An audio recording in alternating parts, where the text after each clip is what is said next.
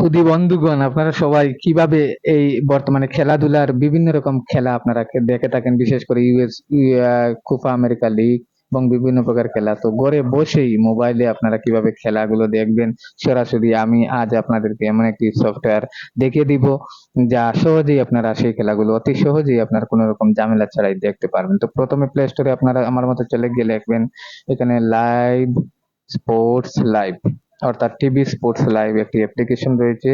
এইটা আমি ইনস্টল করেছি, এইটাতে আপনারা ওপেন করে দিবেন। দেখেন আমি কিভাবে কাজগুলো করতেছি। তো এখানে যাওয়ার পর আপনি ওপেন করে দেওয়ার পর এইরকম একটা ইন্টারফেস দেখাবে। তো সেখানে আপনি বিভিন্ন রকম যে লাইভ ম্যাচ গুলো চলতেছে, আপকামিং ম্যাচ গুলো সেখানে শো করবে। তো আপনারা আপনাদের পছন্দ মতো সেই খেলাগুলো এখান থেকেই ক্লিক করে নিতে পারেন, কোনো রকম ঝামেলা ছাড়াই খেলা দেখতে পারবেন আপনারা। কালাবাই, আর কালাবাই একটা আছে, ওইটাকে আপনারা সবাই মারবেন পাইলে, কালাবাইকে।